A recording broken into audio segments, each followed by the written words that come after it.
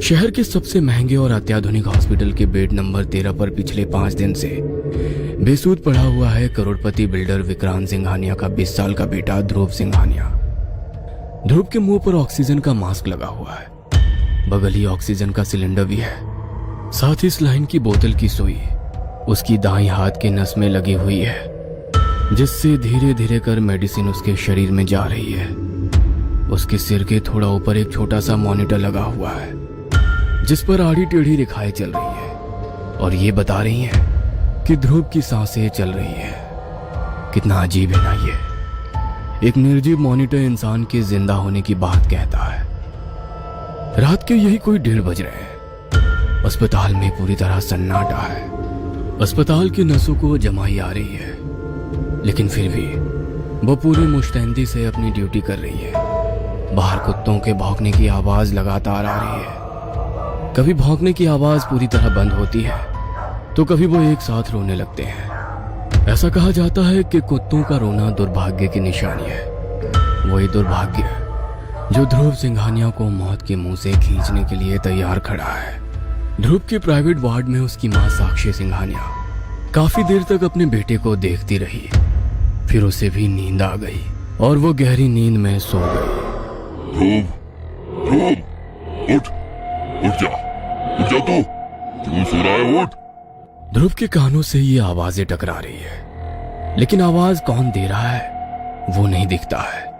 आवाज भी साधारण नहीं है, बहुत बुलंद और डरावनी सी है। वो भयानक आवाज ठहर ठहर कर आ रही है। उठ जा ध्रुव, उठ। सुन जो मैं कह रहा हूं कर। उठ। ध्रुव के पलकों पर हल्की हलचल होती है। उसकी आंखें थोड़ी सी खुलती है। वो किसी को अपने सामने देखता है जो बहुत ही विशालकाय है, लेकिन उसका चेहरा वो नहीं देख पाता क्योंकि वो चेहरा पूरी तरह धुंधला है। उठ, अपनी नसों से ये स्लाइन की पाइप निकाल अपनी नसों में चुभा हुआ ये नुकीला इंजेक्शन। ध्रुव किसी सम्मोहित शख्स की तरह उस आवाज को सुनता है और फिर जोर से चीख कर अपने नसों में चुभे इंजेक्शन को एक झटके में निकाल फेंकता है। ध्रुव जोर से चीखता है। खून की तेज धार उसके हाथ से निकलकर नीचे जमीन पर और कुछ बेड पर गिरने लगती है। ध्रुव, अपनी नाक से ये ऑक्सीजन मास्क भी निकाल और फेंक दे इसे। चल फेंक। ध्रुव उस रहस्यमयी आवाज को फॉलो करता है और अपने मास्क को निकाल देता है। कुछ ही सेकंड में वो अस्पताल के बिस्तर पर किसी परकटे पंछी की तरह तड़पने लगता है। कुछ सेकंड में वो उस तरह तड़पता रहता है और फिर बिल्कुल शांत हो जाता है। ऐसा लगता है कि सब कुछ खत्म हो गया है, लेकिन सब खत्म नहीं हुआ था। अभी तो शुरुआत हुई थी, एक भयानक शुरुआत। ध्रुव, नर्स, डॉक्टर। साक्षी सिंघानिया जोर से चीखते हुए बदहवास सी बाहर की ओर भागती है। नर्स, डॉक्टर, वो ध्रुव अपने बेड पर नहीं है। साक्षी की बातों को सुनकर अस्पताल का पूरा स्टाफ सकते में आ जाता है कि तभी 3-4 नर्सें जो चौथी मंजिल पर ड्यूटी में थी वो भागती और चिल्लाते हुए नीचे आती हैं। कोई कुछ समझ नहीं पाता। तभी एक ऐसे दृश्य पर सभी की नजरें गई जिसे देखकर सभी के दिल की धड़कन इतनी तेज हो गई कि वो साफ साफ एक दूसरे को सुनाई देने लगी। ध्रुव बेटा, ध्रुव बेटा। ध्रुव सिंघानिया नर्सों के पीछे सीढ़ियों से उतरता हुआ आ रहा था। उसका शरीर पूरी तरह उल्टा था। हाथ और पैर दोनों के सहारे उतरता हुआ वो काफी भयानक लग रहा था। वो अजीब तरह से गुर्रा भी रहा था। अचानक उसने कई सीढ़ियां ऊपर से ही जोरों की छलांग लगाई और वो नीचे की ओर सिर के बल गिर पड़ा। सिर के जमीन पर टकराने से पूरा सिर भी लहूलुहान हो गया। दर्द के मारे ध्रुव जमीन पर छटपटा रहा था और गोल गोल एक सर्किल में घूम रहा था, जिसके कारण एक लाल रंग का पूरा वृत्त उसके चारों ओर बन गया था। अस्पताल का सारा स्टाफ ये भयानक मंजर देख रहा था। सभी के चेहरे पीले पड़े हुए थे। साक्षी सिंघानिया अपने बेटे को दर्द से छटपटाता देख रही थी और लगातार चिल्लाए जा रही थी। ध्रुव, ध्रुव बेटा, ध्रुव, ध्रुव बेटा। कुछ देर बाद ध्रुव सिंघानिया फिर से अचेत हो गया। यार थोड़ी धीरे चला ले कार, मुझे स्पीड से डर लगता है। तो भी ना नंदिनी, अरे जिंदगी स्पीड का नाम है। स्पीड से सब कुछ हासिल किया जा सकता है, नहीं तो पीछे रह जाओगी। तेरी बात तो एकदम सही है ब्रो, स्पीड के बिना भी क्या जिंदगी। आई ऑल्सो अग्री यार, पर इस नंदिनी को कौन समझाए। पता नहीं ये इतनी थकेली बातें क्यों करती रहती है। ओए, इसमें थकेली वाली कोई बात नहीं है। मुझे स्पीड पसंद नहीं। कुछ ऊंच नीच हो गई तो क्या, इस डर से जिंदगी का मजा लेना छोड़ दे। एक ही जिंदगी में लिए रे नंदिनी, उसे भी डर के गुजार दे। No, this is not Dhruv Singhania style. Got it? अपने बर्थडे पर मिली लेटेस्ट और सबसे महंगी कार में ध्रुव अपने बेस्ट फ्रेंड अभय, दिव्यांका और नंदिनी के साथ पार्टी करने जा रहा था। शहर के हाईवे से फुल स्पीड से गुजरती हुई उसकी कार सब कुछ पीछे छोड़ती हुई आगे बढ़ती जा रही थी। यार ध्रुव, तेरा बर्थडे हर बार स्पेशल होता है। I mean, हमेशा यूनिक, लेकिन इस बार तेरा समझ नहीं आ रहा है। कहाँ जा रहे हैं हम लोग? हाँ यार, ये बात तो मेरे भी दिमाग में चल रही है। तुमने खाना पीना भी सारा पैक कर लिया है? कहीं पिकनिक का सीन है क्या? हाँ, पिकनिक ही समझ ले। ये कहते हुए ध्रुव ने कार के ब्रेक पर पैर लगाते हुए गाड़ी को एक कच्चे रास्ते पर मोड़ लिया। वो रास्ता घने जंगलों से घिरा हुआ था। वाह ध्रुव, क्या मस्त जगह है यार। तेरा दोस्त ही मस्त है। हाँ, रवीना टंडन की तरह।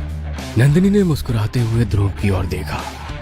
उसके बाद उसने ध्रुव को इशारा किया कि वो कार की सनरूफ खोल दे। ध्रुव के बटन दबाते ही सनरूफ खुल गया और फिर नंदिनी खड़ी होकर खुली हवा के साथ बाहर का नजारा देखने लगी। उसके बाल तेज हवा के झोंके से उड़े जा रहे थे। लव्ड इट यार, रियली लव्ड इट। तेरा ये बर्थडे लगता है बहुत ही यादगार होने वाला है। कोशिश तो पूरी है नंदिनी। कुछ दूर जाकर ध्रुव ने अपनी कार एक लेक के किनारे रोक दी और पूरे स्टाइल में बोला, तो गाइज, ये है आज का मेरा बर्थडे स्पॉट। इतना शानदार नजारा, नेचर के पास और सामने ये लेक, ये तो सच में हेवन है यार। सारे दोस्त कार से बाहर निकलते हैं। सभी नेचर को फुल एंजॉय कर रहे थे। दोस्तों, तुम लोगों के चेहरे बता रहे हैं कि ये जगह सभी को बहुत पसंद आई है। ऑब्वियसली यार। तुम लोग सोच रहे होगे कि हमेशा 7 या 5 स्टार में बर्थडे की पार्टी देने वाले ध्रुव सिंघानिया को इस बार क्या सूझी कि वो जंगल में आ गया। हाँ, सोच तो रही हूँ, लेकिन ये जगह इतनी अच्छी है कि क्या ही कहूँ। दोस्तों, पापा ने ये जगह खरीद ली है। हम यहाँ एक रिजॉर्ट बना रहे हैं, एक शानदार रिजॉर्ट जो शहर की भीड़ भाड़ से दूर तो होगा ही, यहाँ का एक्सपीरियंस ऐसा होगा कि यहाँ आने वाला बार बार यहाँ ही आना चाहेगा। तेरा बिजनेस माइंड हमेशा चलता रहता है। वैसे ही सही है यार, शहरों में तो आजकल वही शोर शराबा और पोल्यूशन है। यहाँ कम से कम शांति और सुकून तो होगा। शांति? ओए, यहाँ शांति भी होगी और शोर भी होगा। भाई, शोर तो इधर मेरे पेट में भी हो रहा है, चूहों के भागने का। सच में यार, जोरों की भूख लगी है। ध्रुव के दोस्तों ने कार की डिक्की में रखी बियर की पेटी और पैक फूड निकाला और फिर बैठने के लिए जगह तलाशने लगे। तभी उनकी नजर एक पेड़ पर गई। वो पेड़ आम पेड़ की तरह नहीं था, वह बिल्कुल ही अलग था। वे सभी उस पेड़ की ओर बढ़े। यार, ये पेड़ कुछ अलग नहीं है। ऊपर से तो ये पूरी तरह हरा भरा है और नीचे सूखा। ऐसा कैसे हो सकता है? किसी और पेड़ के नीचे बैठे? तू भी ना नंदिनी, कितना दिमाग लगाती है इन सब चीजों में। इसी पेड़ के नीचे बैठ जाए तो क्या आफत आ जाएगी। सुन, अभी तो भूख लगी है, पहले खाते हैं फिर पीते हैं, उसके बाद टेंट लगाएंगे। रात को यहीं रुकना है। ओके बर्थडे बॉय, तुम्हारा हुक्म सर आँखों पर। नंदिनी ने ये बात इस अंदाज में कही कि सभी हंस पड़े। वे सभी उस रहस्यमयी पेड़ के नीचे बैठ गए। खाने का पैकेट फूड निकाला गया जिसमें चिकन और मटन के कई सारे आइटम्स और बियर की पेटी थी। केक भी निकाला गया। वे सभी केक काटने की तैयारी करने ही वाले थे, लेकिन तभी कुछ ऐसा हुआ जिसे देख सभी शॉक्ड रह गए। अचानक से वहां तेज आंधी चलने लगी, बहुत तेज। अरे, इस मौसम को क्या हुआ? अभी तो एकदम क्लियर था सब कुछ, और अभी ये आंधी। चले जाओ, चले जाओ, तुम सब लोग यहाँ से चले जाओ। ये मेरा घर है, यहाँ मांस मदिरा नहीं चलता। चले जाओ, चले जाओ तुम लोग, वरना अंजाम बहुत बुरा होगा। यार, ये कैसी आवाज है? इतनी भयानक। मुझे तो डर लग रहा है। कैसी आवाज दिव्यांका? तुम लोगों ने वो आवाज नहीं सुनी क्या? आवाज? कौन सी आवाज? अरे यार, अभी मुझे लगा कि कोई मुझसे कह रहा है कि चले जाओ यहाँ से, तुम सब लोग यहाँ से चले जाओ, ये मेरा घर है, यहाँ मांस मदिरा नहीं चलता, चले जाओ तुम लोग, वरना अंजाम बहुत बुरा होगा। अभी हमने बियर पी भी नहीं और तुझे चढ़ गई। यार यहाँ हम 4 लोग हैं और तुझे ही वो आवाज सुनाई दी। तुम लोग मेरा यकीन करो, कोई मुझसे ये कह रहा था यार। हाँ यार, कुछ तो गड़बड़ है। ओए स्टूपिड, बर्थडे है आज मेरा, पार्टी कैंसिल करने नहीं आया हूँ यहाँ, पार्टी ऑल नाइट करने आया हूँ। और क्या? पर यार, ओए, तू अपने पर की बत्ती बना और उसे जला ले, क्योंकि रात होने वाली है। अभय की बात को सुनकर सभी हंस पड़े। उसके बाद सभी दोस्तों ने केक निकाला। केक के ऊपर बहुत ही खूबसूरत से लिखा हुआ था हैप्पी बर्थडे ध्रुव। यार दिव्यांका जरा माचिस पास करना, मोमबत्ती तो जला दूं। दिव्यांका ने नंदिनी को माचिस दी। नंदिनी माचिस जलाने की कोशिश करने लगी, लेकिन माचिस की तिल्ली जैसे ही चलती, अचानक से तेज हवा चलने लगती और वो बुझ जाती।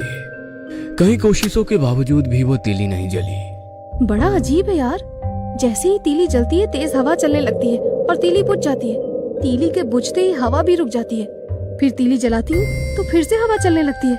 नंदिनी की बातों को सुनकर ध्रुव ने अपनी जेब से लाइटर निकाली और नंदिनी से कहा, स्टूपिड, दिमाग से काम ले, अब नहीं बुझेगा।